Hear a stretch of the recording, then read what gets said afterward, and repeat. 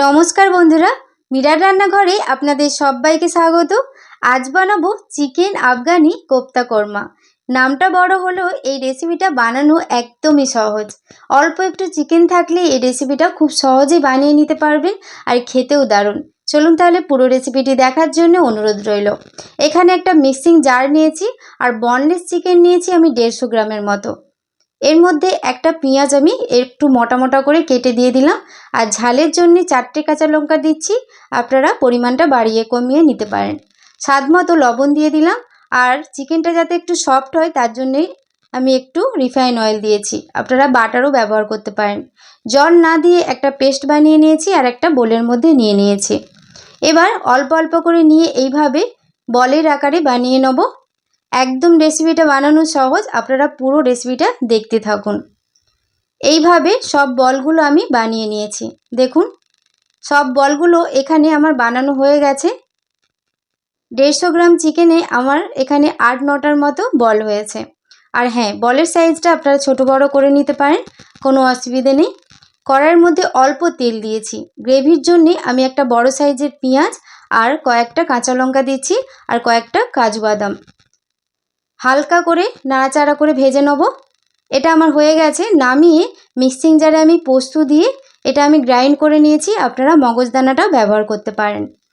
এবার কড়াইয়ে তেল দিয়েছি। এবার চিকেনের বলগুলোকে আমি ভেজে নেব। গ্যাসের ফ্লেমটা এই সময় মিডিয়াম থাকবে আর হালকা করে উল্টে পাল্টে ভেজে নিতে হবে। লাল লাল করে একদমই ভাজার দরকার নেই। আমার চ্যানেলে আপনি যদি নতুন হয়ে থাকেন প্লিজ আমার চ্যানেলটি সাবস্ক্রাইব করবেন আর পাশে থাকা বেল আইকনটা পুশ করে দেবেন আমার নতুন ভিডিও পাওয়ার জন্যে। উল্টে পাল্টে হালকা করে ভেজে নিয়েছি। দেখুন এবার সবগুলোকে তুলে নেব আর কড়াই থেকে কিছুটা তেল তুলে রাখবো। ওই অল্প তেলের মধ্যেই আমি এখানে গ্রেভিটা দিয়ে দিলাম আর একটু মিক্সিং জারের বাটিটা ধুয়ে অল্প একটু জল দিলাম। এবার মিডিয়াম আঁচে এটাকে ভালো করে কষিয়ে নিচ্ছি। ফেসবুক পেজ থেকে যদি আপনারা দেখে থাকেন প্লিজ আমার ফেসবুক পেজটা ফলো করে পাশে থাকবেন।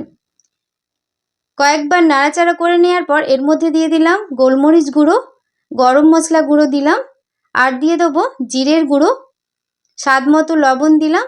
আর এই সময় আপনারা কেশরি মেথি অল্প একটু দিতে পারেন, আমি এখানে দিচ্ছি না। মিডিয়াম আঁচে এটাকে আমি কষিয়ে নিচ্ছি। কষাতে কষাতে কিছুক্ষণ কষিয়ে নেওয়ার পর 1 বাটির মতো এর মধ্যে জল ব্যবহার করেছি। দেখুন গ্রেভিটা এই রকম যখন থাকবে, যখন এটা ফুটে আসবে ভালোভাবে, তারপর ভেজে নেওয়া চিকেনের বলগুলো আমি দিয়ে দেবো। দিয়ে ভালো করে মিশিয়ে নিচ্ছি। আবারও এটাকে একটু নাড়াচাড়া মাঝে মধ্যে করে নেব। 5 মিনিটের মতো রান্না করে নেব। 5 মিনিটের মতো এটা আমি মিডিয়াম আঁচে রান্না করে নিয়েছি। দেখুন এরকম গ্রেভি ভাব থাকবে, তখন গ্যাসের ফ্লেমটা আমি অফ করে দেব। অফ করে অবশ্যই আপনারা ওপর দিয়ে একটু ধনেপাতা কুচি ছড়িয়ে দেবেন। এতে খেতে এর ফ্লেভারটা দারুণ আছে আর কেশরি মেথিটা আপনারা অবশ্যই দেবেন, খেতে দারুণ লাগে। গ্যাসের ফ্লেমটা অফ করে 5 মিনিট চাপা দিয়ে রেখে দিয়েছিলাম। তারপরে দেখুন একটা প্লেট সাজিয়ে নিচ্ছি। আজকের এই রেসিপিটি আপনাদের কেমন লাগলো অবশ্যই কমেন্ট করে জানাবেন।